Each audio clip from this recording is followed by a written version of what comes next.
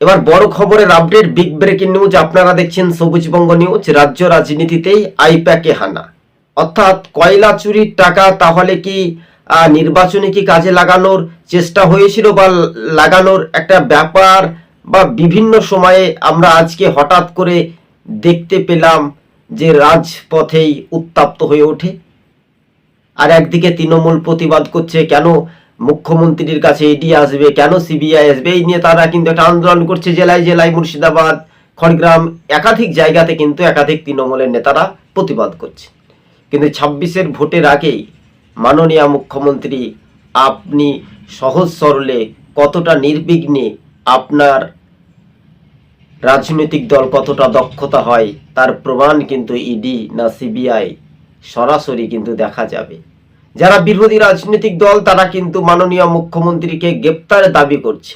একদিকে বিজেপির নেতা কৌস্তব বাগচি, তিনিও দাবি করছেন, বা অন্যদিকে বাম কংগ্রেস তারাও তো বলছে এই তৃণমূল সরকার কাজে লাগিয়ে তারা নিজেদের অজুহাত দেখিয়ে ক্ষমতায় আসার চেষ্টা করলে আর পার পাবে না।